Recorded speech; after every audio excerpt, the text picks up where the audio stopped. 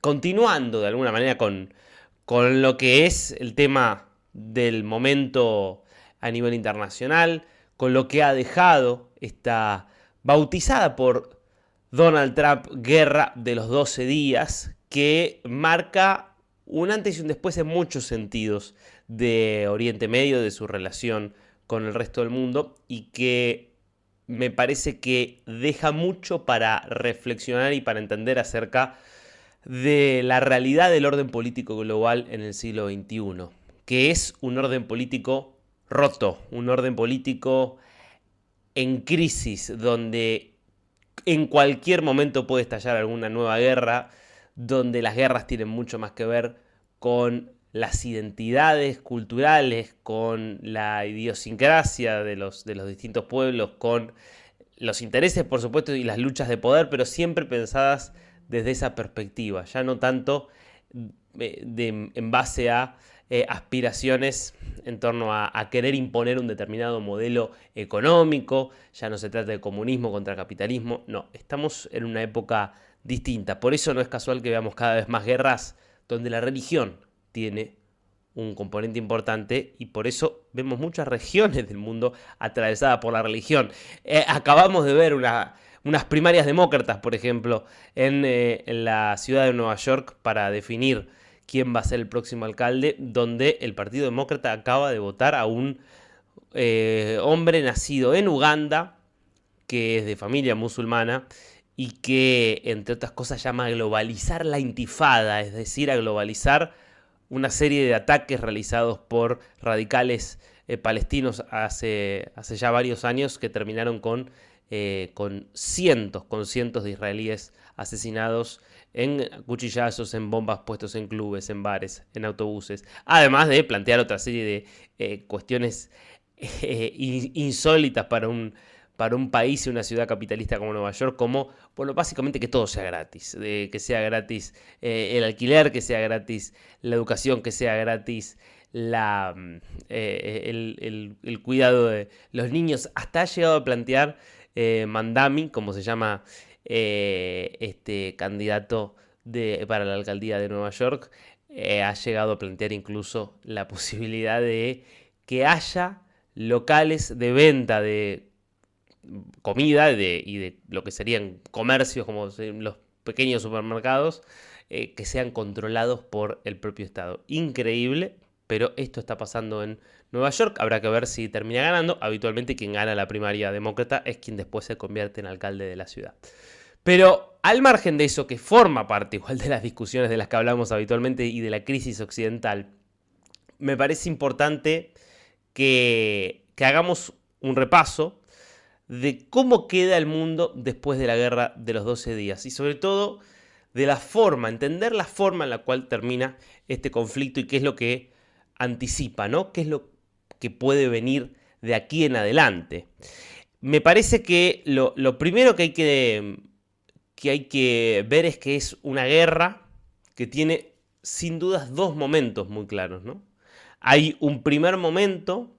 que son básicamente los primeros 9 días de combates, donde hay dos actores en la mesa,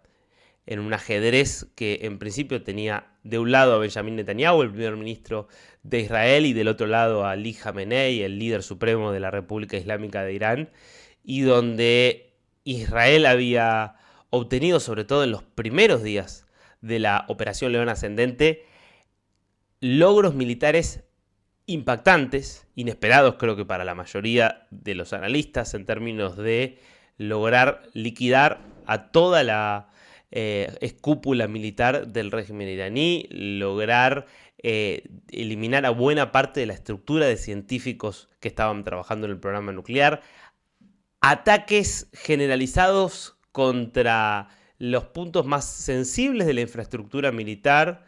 empezando por la capacidad de defensa antiaérea, lo que le permitió a Israel durante 12 días circular con total naturalidad. Sus aviones F-35 poder sobrevolar cualquier lugar del territorio iraní sin limitaciones y restricciones, pero al mismo tiempo atacar infraestructura de, por ejemplo, fabricación de misiles, infraestructura de lanzamiento de misiles que bueno, lo que vimos a lo largo de la guerra es que Irán iba lanzando cada vez menos misiles, entre otras cosas porque se estaba quedando con una reserva escasa, pero además porque muchos de los que estaban en esa reserva eran destruidos por los aviones israelíes. Entonces hay ahí un primer elemento que nos habla del notable éxito que tuvo Israel y de cómo deja al régimen muy, muy herido. Un régimen que de todas maneras pudo responder. Ahora, la única capacidad de respuesta no fue repeliendo los ataques israelíes porque no tenía cómo. Tampoco pudo atacar objetivos sensibles en términos económicos, militares, de inteligencia del Estado de Israel. Lo único que pudo hacer como respuesta fue disparar misiles contra centros altamente urbanizados en la búsqueda de causar un número muy importante de bajas civiles y que fuera entonces la población civil la que presionara al gobierno de Netanyahu para frenar los conflictos. Eso tuvo obviamente un cierto grado de éxito en términos al menos de haber logrado que aproximadamente entre 40 y 50 misiles lograran atravesar los sistemas de defensa antiaéreo de Israel, de esto después de haber disparado más de 500, y que causaran un nivel importante de destrozos en las ciudades más importantes de Israel, en Tel Aviv, en Beersheba, en Haifa, en Ashdod, y en esos ataques donde terminan muriendo casi 30 personas y varios cientos resultan heridos, la verdad es que fue una novedad, algo que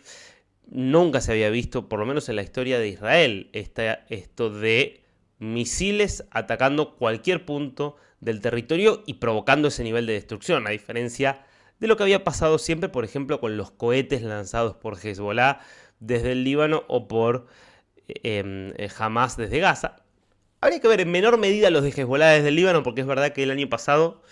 a muchos de esos cohetes murieron civiles en el norte de Israel. Lo que pasa es que los cohetes de Hezbollah estaban limitados en su alcance al norte. Los misiles que disparó Irán básicamente podían caer y cayeron en cualquier parte del territorio israelí. Eso marcó un antes y un después. Ahora, era una guerra que se estaba volviendo desesperante para el régimen que necesitaba pararla. En esa primera mitad del conflicto hay un actor central que termina volviéndose el actor protagónico, que es Donald Trump, que son los Estados Unidos, que estuvo absolutamente al margen. Por un lado, frustrado por cómo los iraníes habían básicamente rechazado las ofertas de diálogo que durante 2 meses habían producido y llegado desde Washington, y con rondas de conversaciones que se desarrollaron en Omán, y la insistencia de Irán en no renunciar a su programa nuclear, y que cómo eso en definitiva terminó estancando esas conversaciones, pero sobre todo la exasperación que yo creo que le generó a Trump la decisión, la determinación con la cual Netanyahu, a pesar de que Trump no quería que comenzara la guerra, a pesar de que por más que estaban estancadas las conversaciones, no se habían dado por terminadas tampoco, no se habían dado por terminadas esas negociaciones, y que a pesar de eso Netanyahu decidiera atacar de todas formas, iniciando una guerra cuando Trump había prometido que venía a terminar todas las guerras y se encontraba con una nueva que estaba surgiendo under his watch, dirían los estadounidenses, es decir, bajo su guardia. Después entonces de esos primeros 9 días de silencio, Trump decide pasar a la acción y cambiar por completo el curso de esta guerra en términos de que lo que era un conflicto bilateral entre Israel e Irán se convierte en un conflicto dominado por los Estados Unidos, con decisiones arriesgadas por parte de Trump y que terminarían siendo muy exitosas en términos de sus propios objetivos. Lo primero que hizo Donald Trump fue jugar con que se iba a tomar 2 semanas para tomar una determinación sobre si atacar o no Irán, y el sábado a la noche ordenar la operación Martillo de Medianoche, una operación que supuso hacer lo que Israel estaba anhelando que Estados Unidos hiciera, que es movilizar a sus aviones furtivos B-2, Spirit, estos aviones que son la joya de la aviación de los Estados Unidos, que tienen una capacidad extraordinaria en términos de que son indetectables por radares, de que tienen una autonomía de más de 11.000 kilómetros, de que pueden ser reabastecidos en pleno vuelo sin ningún problema todas las veces que sea necesaria, y que tienen una capacidad de carga de 18 toneladas. Pueden cargar más de una docena de bombas atómicas o por lo menos una bomba antibúnker de 14 toneladas, que son las bombas que necesitaba y no tenía Israel para penetrar uno de los sitios nucleares de Irán, el sitio ubicado muy cerquita de la ciudad sagrada de Qom, la ciudad más sagrada para el Islam chií, que es el Islam que se profesa en Irán, que es el sitio de Fordo, donde se encontraba la principal usina de enriquecimiento de uranio, es decir, las centrifugadoras con las cuales se enriquece el uranio para llevarlo a un porcentaje adecuado para el uso de bombas atómicas. Bueno, esta estructura está ubicada, se estima, 70 metros debajo de la roca y solamente podía ser destruida, al menos de forma aérea, de forma rápida, solamente podía ser destruida con estas bombas que solo tiran esos bombarderos estadounidenses. Y esta operación, que ataca a Irán a la madrugada del domingo, lo que consigue es básicamente a través de 7 aviones, ese fue el escuadrón de aviones B-2, disparar 7 de estas bombas. 6 van contra Fordo, las 6 penetran la estructura, las 6 detonan y presumiblemente provocan daños que vuelven inutilizables esas instalaciones, y después otro de los aviones realiza un ataque en la central de Natanz, que ya estaba bastante afectada por Israel y que no está tan a resguardo como es el caso de Fordo, y al mismo tiempo un submarino nuclear movilizado también para la operación de los Estados Unidos dispara varios misiles que afectan Isfahán, otra de las centrales de enriquecimiento de uranio. Al cabo de esta operación, Estados Unidos da por erradicado el programa nuclear iraní,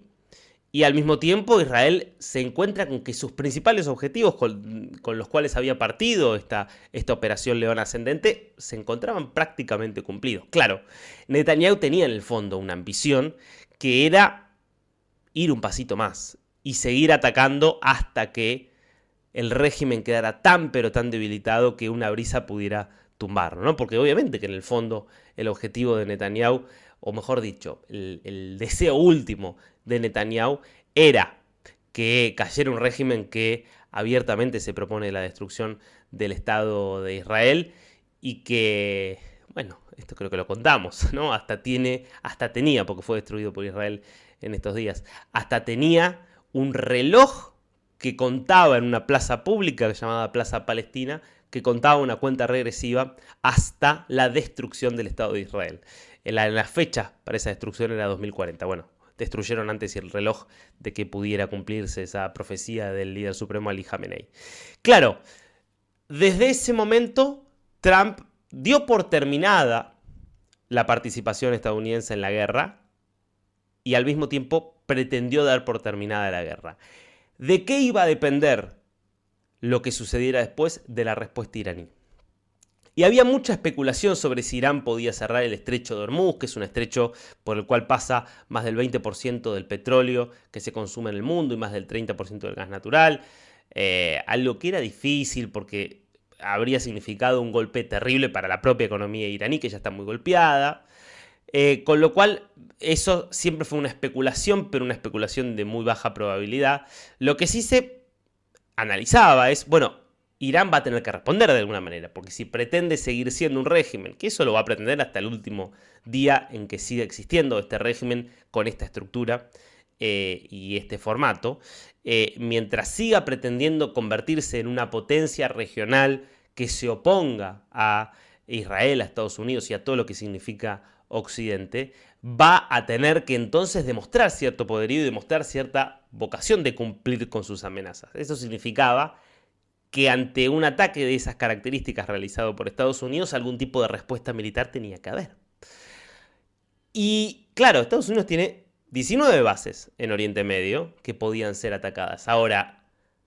¿estaba Irán realmente dispuesto a entrar en una escalada con Estados Unidos, a forzar a Trump a decir no hago un solo ataque, sino que me quedo en la guerra provocando un daño mucho mayor al régimen y a someterse, imaginemos, a una semana de ataques permanentes por parte de Israel y Estados Unidos en simultáneo? ¿Cómo podía el régimen sostenerse después de eso? Y ahí la pregunta entonces que surgía es por la caracterización de este régimen.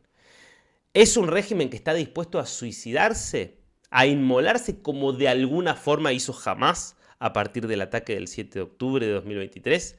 donde sabían que lo que se venía muy probablemente iba a terminar con la organización al borde de su desaparición? ¿O estamos ante un régimen que está liderado por fanáticos religiosos, que tiene objetivos que están ligados con posiciones absolutamente extremistas y maximalistas en términos políticos, que buscan el exterminio de un otro y que buscan armar toda una política exterior y una política interna justamente en torno a esos objetivos, pero que no por ello carece de toda racionalidad, que no por ello carece de cierta vocación de supervivencia? Bueno, y lo que quedó en claro es eso. Son fanáticos, no son tontos y tampoco son mártires. Esto significa que el régimen estaba interesado antes que cualquier otra cosa en su supervivencia. Entonces, lo que hizo fue un acto de coreografía. Ensayar un simulacro de respuesta militar que permitiera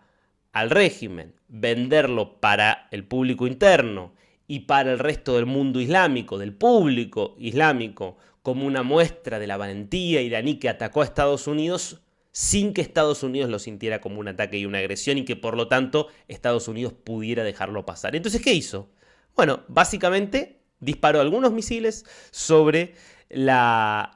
base aérea de Al Udeid, que es la base que se encuentra en Qatar, muy cerquita de Doha, que es la base militar más importante que tiene Estados Unidos en Oriente Medio. Es el cuartel general del mando central que tiene la Fuerza Armada estadounidense. Hay capacidad para hasta 10.000, en su momento llegó a haber hasta 10.000 personas allí, llegó a haber hasta casi 100 aviones de Estados Unidos allí. Y entonces lo que hizo fue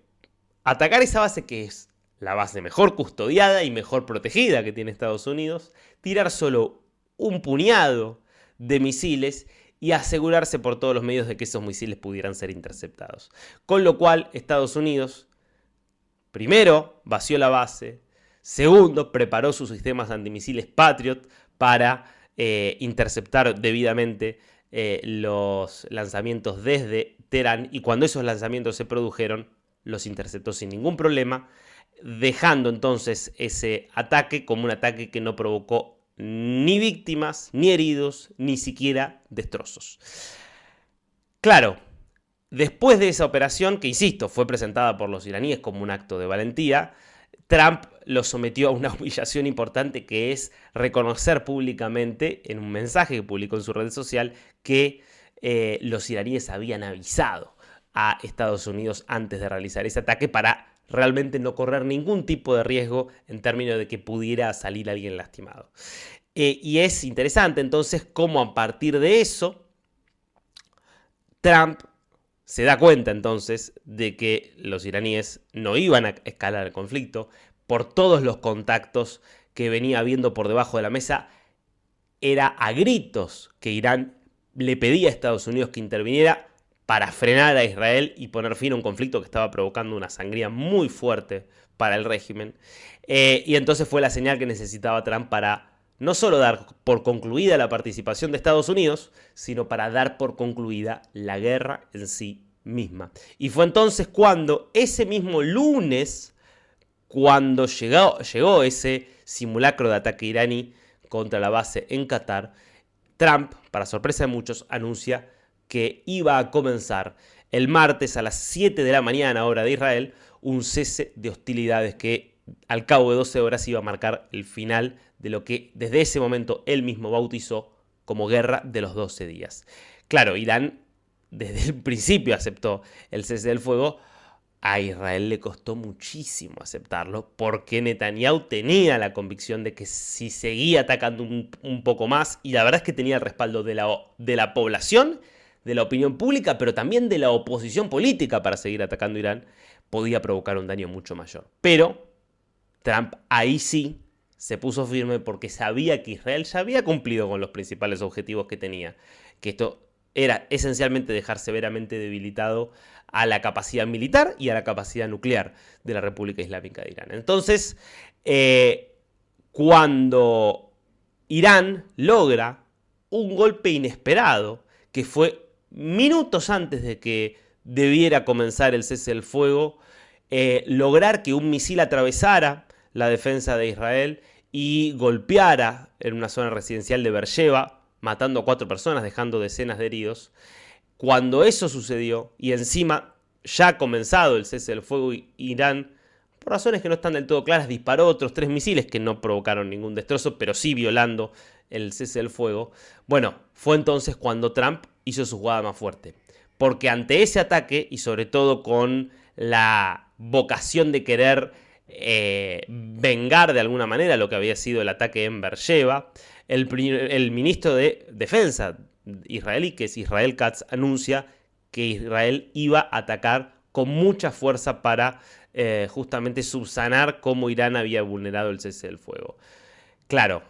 en ese momento, en una decisión sin precedentes para un presidente de los Estados Unidos, Trump volvió a sus redes sociales con esta particularidad de este presidente, que es un presidente que deliberaciones del más alto nivel que suelen permanecer ocultas, él las pone sobre la mesa, las hace pública y las hace pública en vivo. Es una cosa muy llamativa, muy inédita, que tiene mucho de locura, de delirio, pero que tiene al mismo tiempo todo un costado de cierta transparencia y que al mismo tiempo lo empodera porque le permite utilizar los recursos del manejo de la escena pública que tiene él como no tiene nadie. Él le escribe un mensaje diciendo: Israel, no tiren esas bombas, que los pilotos vuelvan ya mismo para territorio israelí y que no respondan al ataque de Irán, que no provocó ningún muerto ni ningún destrozo. Ese mensaje, que estuvo seguido de una conversación telefónica muy dura entre Trump y el primer ministro Netanyahu, termina forzándole la mano al primer ministro israelí, que sabe que por más de que tenga, como quedó demostrada en esta guerra, la fuerza armada más poderosa de Oriente Medio y una de las más fuertes del mundo, hay algo con lo que no puede jugar, que es la alianza estratégica con los Estados Unidos.